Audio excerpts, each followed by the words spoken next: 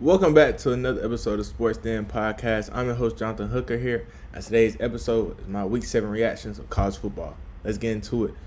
The first one's the headliner, James Franklin getting fired from Penn State. It shows that yesterday does not matter because the result of today is what the people want to see. And so we saw him make the college football playoffs. We saw multiple Big Ten championship appearances from him and his Penn State squads, but he could never win the big games, going 4 for 21 in AP Top 10 matchups, 1 for 15 when he's facing an AP Top 5 team. So when I see that, and fans are getting tired, fans are being vocal about them not being a true elite college football team, the athletic department is going to listen. And so they're buying out his contract from $49 million. So that's how you really know that the athletic department agree with their fans, agree with probably a council saying it was time to let James Franklin go. And was it the right decision? Yes. But doing it as sudden as of after the result they had against Northwestern, it kind of shocked me, but at the same time, we're in a day of age of college football where if you cannot produce wins, if you cannot win consistently, and if you cannot beat teams that people view ahead of you in a certain amount of time, you are going to be let go. Because we just seen Indiana beat Oregon in year 2 of Kirk Cingnetti. So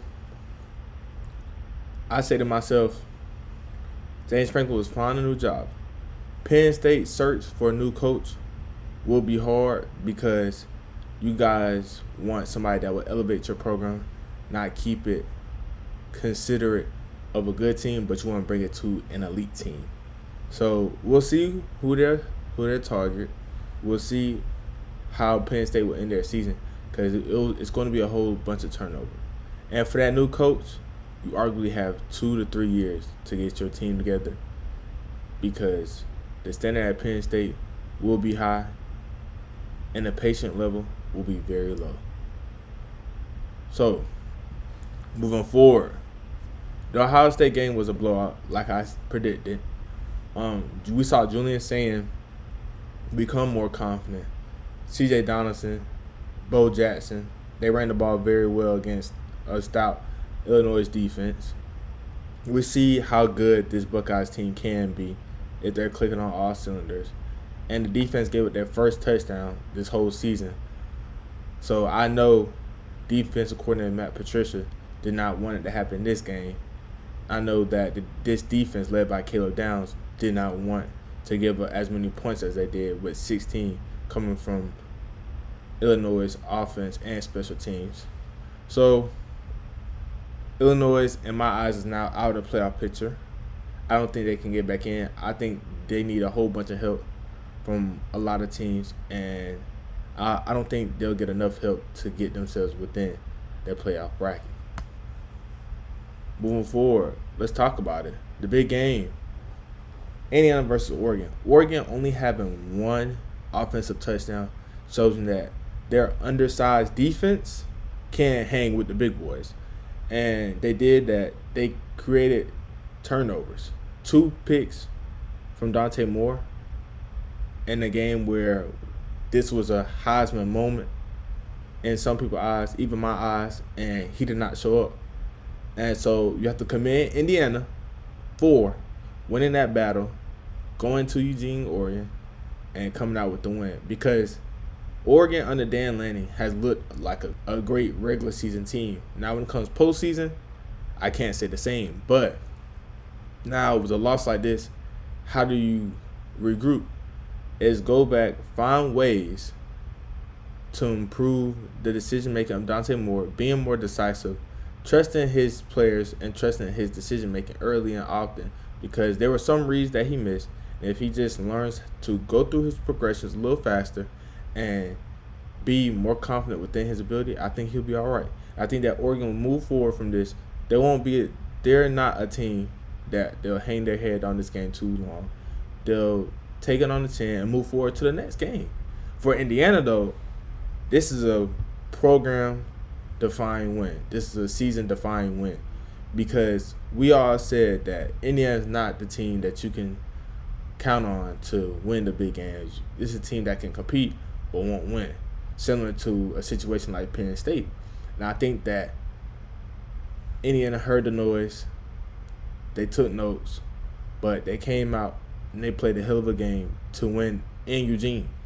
You have to shout out Fernando Mendoza for having a very strong mental game because throwing a pick six, but then coming back and establishing a touchdown drive after that, I have to say, job well done. Job well done. And Elijah Surratt, 8 receptions, 121 yards, a touchdown. That brother was cooking them Oregon corners. I'm telling you that now. He was doing his job as a wide receiver one, getting open for his quarterback, being a security blanket, and moving those chains when times were needed. And Hemby ran extremely hard. 79 yards, 2 touchdowns. He was even involved in the pass game, but he did a heck of a job of getting those tough yards and making sure that the Hoosiers came out with the victory. Moving forward, Alabama, Missouri. My prediction was wrong. I called the upset. In the beginning of the game, it looked like Alabama was taken away, but then Missouri's defense woke up. But when the defense was waking up, the offense couldn't keep up the level of play that the defense was on, and they could not come out with a victory. And Bo Pribula turned the ball over too many times for an upset to happen. Having 3 turnovers, a fumble, 2 interceptions, 2 costly interceptions that helped the Crimson Tide seal a victory. Because Bo Pribila's decision-making hurt them in the end, where he was wanting to target one guy, staring down one receiver at times, and it hurt him. It caused the pass breakups. It caused him rolling out, throwing the ball away. And in the last play of the game, it caused for a pick. But now, on the flip side, on their defense, Damian Wilson and Zion Young look like a premier pass rushing duo. 3 sacks amongst the two, a fumble recovery, and a forced fumble. Showing that this Missouri defense is legit. And also that Missouri is a team that can play in the playoff, but they need help. I think that they might get this help later on in the season, but right now they'll be in the outside looking in. For Alabama's offense, Ty Simpson does it again. Ty Simpson looks like the Heisman frontrunner. Ty Simpson has done what needed to be done for this offense. When it was 4th and 6, he layered the ball to freshman wide receiver Brooks to get that first down, and then to go on 4th and go get that touchdown to take the lead. Ty Simpson looks like the QB1, and he's taking it right now. And so for Alabama's defense to hold Ahmad Hardy under 100 yards, I have to give you a round of applause for that, because no one has done that so far this season. And I think that you guys did a well enough job to make Pribula uncomfortable, to make him throw the ball downfield vertically and not just take the dink and dunk game. And you guys did a good enough job to get the job done, and you guys seal another victory and breaking another home game win streak. But the thing is, what people are saying about Ryan Williams, saying he has 0 catches, Ryan Williams is not as needed as he was last year. They have a plethora of weapons to throw to now this year. Wise Horton, Brooks, Jeremy Bernard. And I think that him not getting as many catches as people thought he was going to get does not diminish how talented Ryan Williams is. It's just that the system that's put in place and having an elite quarterback, knowing that we don't have to force feed just one guy, I think that helps in a sense for this offense, because moving forward you will need Ryan Williams. But right now in a game like that, they just didn't need him. It's just to say, but they just didn't need him in that game. And moving forward, we'll see how Ryan Williams will respond to not receiving the ball as much as he did last year, because we know how much as a wide receiver you want the ball to come your way. So we'll see how it goes moving forward in that department. Now, for this Texas and Oklahoma game, Texas did a job to find a way. It's just the turning point of the season for Texas. I think that it's a good start for a turning point, but let's see if they can sustain the sets like they did defensively. Having 5 sacks against John Mateer, because John Mateer, the competitor, was ready to play, but John Mateer, the player, was not ready, because it looked like he was just a step behind on certain throws, a step behind on certain decisions, to where it was like, oh no, like he just wasn't there today. And also, he just didn't have enough time in the pocket, because we seen it was almost like every other play, John Mateer was getting rushed. John Mateer was rolling out of the pocket. John Mateer was having to make plays with his legs. I think that a game like that coming back to hurts, because you don't want to come back and not look like a factor for your team. So we'll see how Oklahoma and John Mateer moves forward, because in a season like this, you're going to feel the pressure of making a playoff. You're going to feel the pressure of, oh, let's be in contention for an SEC championship. So let's see what happens from there, and we're going to see moving forward how Oklahoma will respond from a loss. Now, for Texas A&M and Florida kept it competitive for the first half. But when the second half came, Texas A&M defense clamped down. Texas A&M run game elevated. Marcel Reed, Ruben Owens, Le'Veon Moss did what needed to be done to get the Aggies on top and to move forward and to be one of the better teams in college football. Because we saw DJ Lagway spaz on the sideline saying, what play call was that? What are we doing? And I think that seeing your young star quarterback feeling that frustration knows that there's only a certain amount of time. There's a clock of trying to win. There's a clock of trying to be relevant. There's a clock of, okay, I only have this much time left before I enter the NFL. How do I want to leave Florida? So I think that is feeling the pressure among DJ Lagway and other players. I think that when time permits itself, I think that Florida is a good team. I think that they're just making mistakes. I think that some mistakes are coming from the coaching staff and some mistakes are coming from the players. But all in all, I think that they just have to clean up a couple of things, because they are a really competitive team. Their defense is competitive. Their offense can look like one of the better offenses in the SEC. So if that's the case, let's see what happens from there. Now, for Michigan and USC, it was a tale of two teams. Michigan looked somewhat lost. They shut down Michigan's run game. Bryce Underwood had a decent game throwing the football, but the defense just couldn't get a stop. Jaden Mabia went 25 for 32, 265 yards, 2 touchdowns. I think that he showcased his talent. He made the college football world take notice of USC, saying that they are legit. Makai Lemon, 95 yards, 9 receptions, a touchdown. Jacoby Lane, 5 receptions, 35 yards, 1 touchdown. The wide receiver duo showed up and showed out, made sure that they got things done for their quarterback and the university. Wayman Jordan went out. King Miller stepped up, ran for over 150 yards and a touchdown.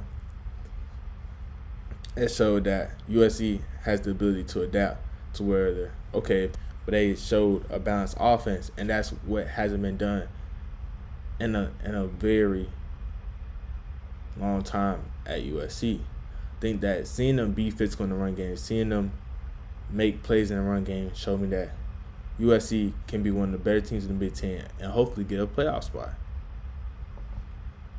Now, for the last game, No, excuse me. LSU, South Carolina. Garrett Nussmeier is still making some mistakes that we will see from a first-year starter. You're over 20 games in being a starting quarterback at LSU. The level of play that you are playing is not sustainable because we know that you're hurt. We know that you're not playing at 100%. But some of the decisions that you're making is not from a veteran. It's from a young quarterback's perspective. I think that if Nussmeier can clean up his mistakes, this offense can be better. But throwing 2 picks against South Carolina's defense, giving South Carolina a chance to even get the upset, will put people in a lot of eyes of saying what's going on. Because Nussmeier was looked at as quarterback 1 after the win against Clemson. In Clemson. Now he's not looking as such. So now the questions and concerns are going to start rising until you prove people that they're wrong and show up for your team.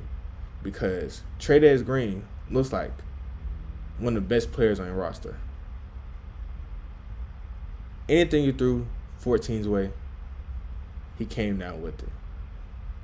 He looked like an athlete that's turned to a football player. Now, we all know him for being a 2-sport athlete, but if he puts full time into football, he's going to make a whole bunch of millions of dollars. Now, I think that Tre'Davious Green can showcase himself being one of the best targets alongside Aaron Anderson, because in a game where they didn't have Aaron Anderson, a lot of play calls were going to Tre'Davious Green. Not to say that Tre'Davious Green development from last year to this year is one of the best development stories that I've seen so far in this college football season. And I think that if he continues this trajectory, the NFL will come calling, and he can't deny those calls. Now, for this last game, Georgia versus Auburn. Georgia's first half defense has to be fixed because allowing Auburn to have over 14 minutes in time possession, converting on third downs, having inexcusable mental mistakes, but then second half you want to pitch a shutout. Because that's your second time doing that. Your first one was against Alabama.